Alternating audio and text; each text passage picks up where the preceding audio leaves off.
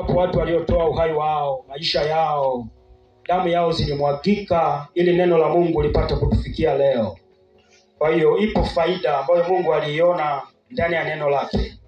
Kwa tutakwenda kuangalia faida ya neno la Mungu. Nini faida ya neno la Mungu? Kitabu cha Ibrania ile sura ya 4. Sura ya 4 mstari wa 12 ndio utakuwa mstari wa kusimamia kwenye somo letu la leo juu ya faida ya neno la Mungu. Kabla tujaendelea, kuna mambo matatu yanaendelea duniani. Yako matatu. Inaweza kawa zaidi ya matatu, lakini yanayoonekana yenye uhalisia mpaka sasa ni matatu. Moja ya jambo ambalo linaendelea tunaliona kwenye kitabu cha Yohana Mtakatifu ile sura ya 16 mstari wa 33. Yohana Mtakatifu 16:33. Kabla tuendelee na somo letu, naomba nianze na utangulizi kwamba kuna mambo matatu yanayoendelea ulimwenguni mpaka sasa. Jambo la kwanza linapatikana kwenye kitabu cha Yohana ile sura ya 16 mstari wa 33. Neno la Mungu linasema, hayo nimewaambieni mpate kuwa na amani ndani yangu. Ulimwenguni mnayo dhiki, lakini jipeni moyo, mimi nimeushinda ulimwengu. Kati ya mambo matatu yanayoendelea duniani, jambo la kwanza ni dhiki. Kuna dhiki ulimwenguni. Ulimwengu umekuwa ni mahali pa dhiki. Yesu ameshuhudia na anatuambia tujipe moyo kwa sababu duniani kuna dhiki. Ni mahali pa dhiki. Tukubali kwa sababu Yesu amesisitiza hilo kwenye hiyo Yohana 16:33. Hilo ni jambo la kwanza ambalo linaendelea duniani. Shetani anapanga kila siku, kila muda, namna ya kuachilia dhiki juu ya watoto wa Mungu wasifanikiwe. Kwa hiyo jambo la kwanza linaloendelea duniani ni hilo. Ni kuachilia dhiki juu ya watumishi, dhiki juu ya kazi ya Mungu, dhiki juu ya mipango ya Mungu, dhiki juu ya watoto wa Mungu, tukose kuona umuhimu wa kumtumikia Mungu. Hilo ni jambo la kwanza. Jambo la pili linaloendelea duniani linapatikana kitabu cha Wagalatia ile sura ya Wagalatia,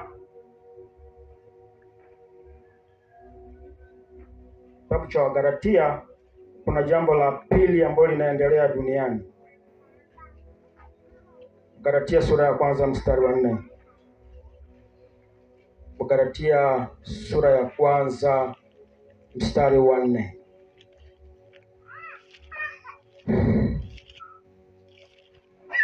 Neno la Mungu linasema ambaye alijitoa nafsi yake kwa ajili ya dhambi zetu ili atuokoe na dunia hii mbovu iliyopo sasa, kama alivyopenda Mungu Baba yetu. Kwa hiyo jambo la pili ambalo linaendelea duniani ni juu ya ubovu wa ulimwengu. Kuna mambo yanaandaliwa kumhamasisha mwanadamu asifikie hatima, asifikie kesho, asifikie kusudi la Mungu. Kwa hiyo kuna mipango inaandaliwa ambayo ni mibovu ya kuzimu juu ya mwanadamu asifikie kusudi la Mungu. Kwa hiyo jambo la kwanza kuna dhiki.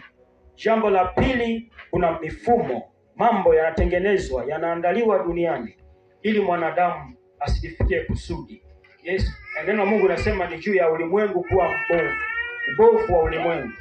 Hilo jambo la pili. Jambo la tatu linaloendelea duniani linapatikana kitabu cha Timotheo wa pili. Kitabu cha Timotheo wa pili,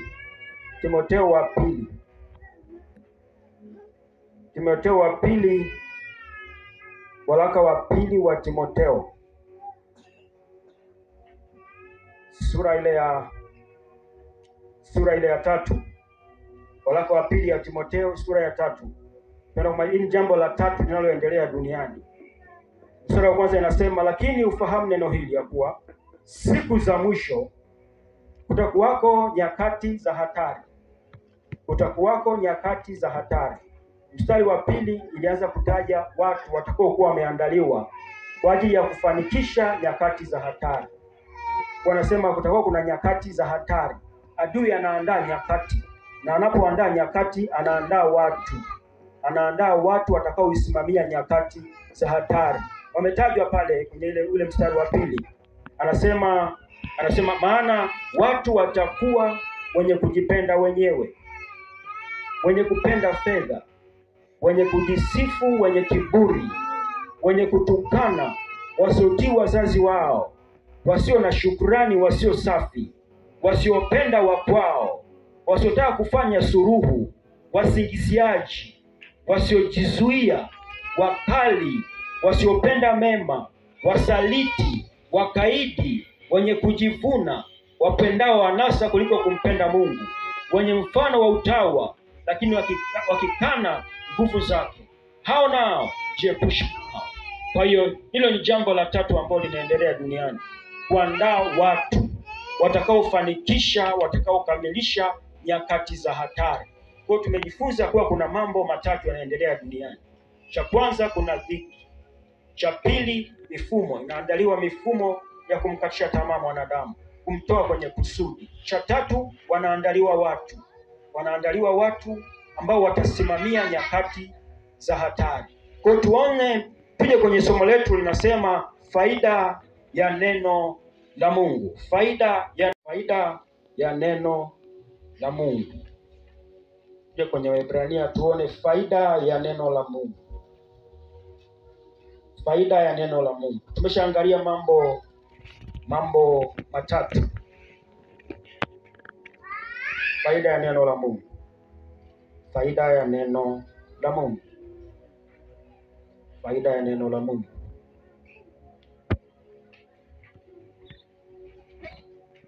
Faida ya neno la Mungu. Faida ya neno la Mungu. Kitabu cha Waebrania sura ya 4 mstari wa 12, neno la Mungu linasema maana neno la Mungu li hai. Neno la Mungu li hai. Kwa hiyo tunaona faida mojawapo ya neno la Mungu ni uhai, kutupa uhai, kumpa mwanadamu uhai. Tuna usemi tunao kwamba uwe hai mtu wa Mungu. Tunaitikia kuishi kwetu ni faida. Kwa hiyo neno la Mungu, moja ya kazi inayotusaidia sisi wanadamu ni kutupa uhai. Mbali na hayo mambo matatu yanayoendelea duniani, ni neno la Mungu pekee ndio linaweza kutupa sisi uhai katikati ya dhiki, katikati ya majaribu, katikati ya nyakati za hatari. Ni neno pekee la Mungu ambalo linaweza kutupa tumaini, kutupa uhai tena. Kwa hiyo moja ya faida ya neno la Mungu kwa mwanadamu, linatupa uhai. Tunapata uhai. Ndani yake Mungu ameweka mbegu ya uhai. Tunapolisoma, tunapoliweka mioyoni mwetu, linatupa nguvu mpya ya kusimama tena kulitimiza kusudi ya Mungu. Kwa hiyo faida mojawapo ya neno la Mungu ni uhai. Ndani yake kuna uhai. Tuangalie faida ya pili. Anasema maana neno la Mungu li hai. Anasema tena lina nguvu. Tena lina nguvu.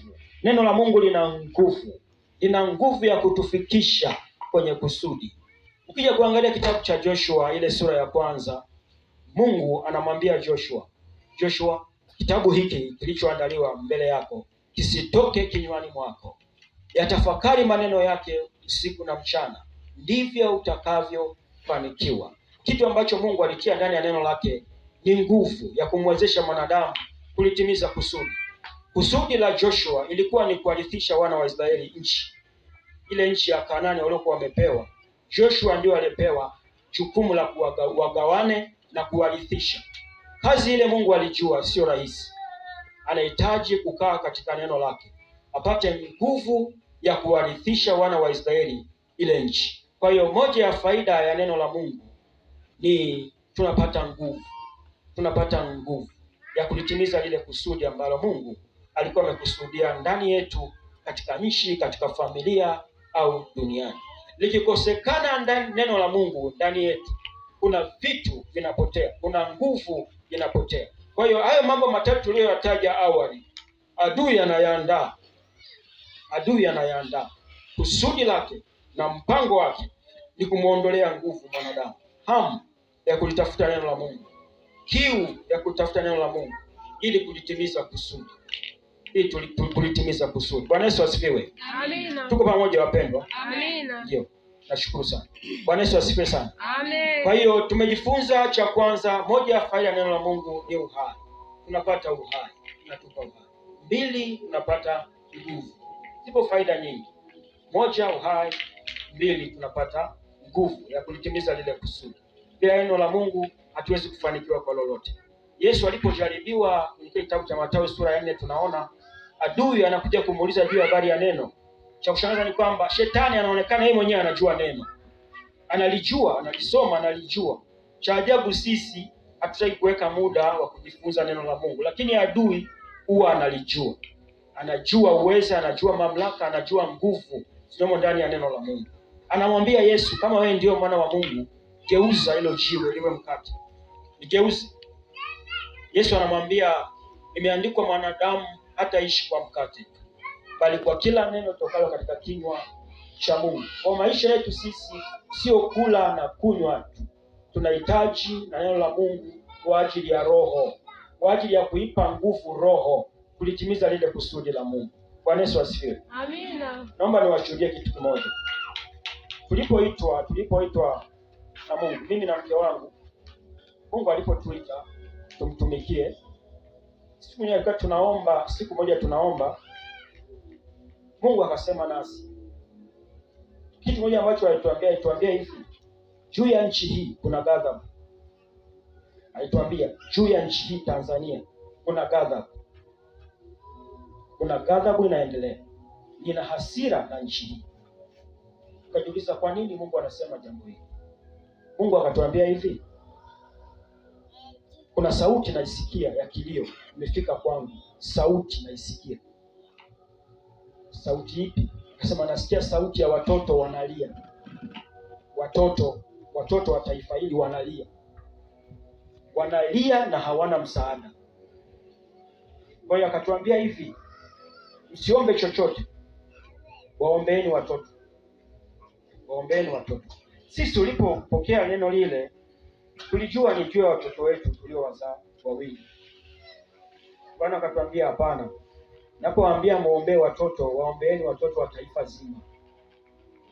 Walipotuambia juu ya habari za watoto wa taifa zima, tukaanza kuona picha tofauti, kwamba kuna watoto wamezaliwa leo ambao Mungu ametia ndani yao, miaka kadhaa watakuwa rais, kuna wabunge, kuna madiwani, wakuu wa mikoa, wakuu wa wilaya, kuna wachungaji, wainjilisti, mitume na manabii. Lakini kuna mifumo imeingia, kuna mambo yameingia Tanzania yanaendelea. Lengo ni kuharibu kile ambacho watoto wamebeba. Kwa wakati tumekaa tunasema amani, adui amewekeza nguvu kubwa sana kwa watoto. Amewekeza nguvu kubwa sana kwa watoto. Na kuna mafuriko yako yanakuja. Leo nasikia nchi kama Marekani kwamba mtoto anaweza akaamua jinsia yake. Na wewe unakuwa hauna haki ya mtoto. Anaamua mtoto wa kiume anakuambia mama mimi ni mwanamke. Na wewe unakuwa huna uhalali kabisa. Yaani sheria inakwambia ukikataa unaenda jela. Kwa hiyo mtoto anaweza akazaliwa mwanaume, alafu anakwambia mama mimi nataka kuwa mwanamke. Sheria inamlinda yule mtoto. Anataka umvalishe nguo za kike, umvalishe kama mwanamke. Na akizaliwa mwanamke, anakwambia mimi nataka niwe mwanaume. Kwa anataka umvishe kama mwanamke, na sheria inamlinda. Kwa haya mambo yapo, lakini ndio yanakuja. Yanakuja. Kwa hiyo moja ya kitu ambacho tumejifunza juu ya kilio cha watoto wa taifa hili ni kwamba kuna misaada inaingia. Kuna misaada inaingia Tanzania ambayo misaada ile imebeba agenda ya kuharibu mtoto. Na unaposema kumharibu mtoto maana yake tunazungumzia kesho ya Tanzania. Kesho ya Tanzania. Miaka 10, miaka 20, miaka 30, miaka 50 ijayo. Je, kutakuwa na imani? Kutakuwa kuna watu wanaoliitia jina la Mungu? Kutakuwa kuna watu ambao wanasoma neno la Mungu? Kutakuwa kuna watu ambao watasema Bwana Yesu asifiwe? Watakuwepo? Ndio swali. Sisi ni wazazi leo. Tumepewa jukumu la kubeba, ya kuwalea, wa kuwatunza watoto wa taifa hili. Kwa hiyo moja ya kitu ambacho Mungu alitusisitiza sana, alituambia waombeeni nafasi zao nafasi. Kila mtoto aliyezaliwa ana nafasi yake, lakini adui anatafuta kunyang'anya ile nafasi. Sio ukashangaa miaka 50 ijayo rais wa nchi hii akawa shoga.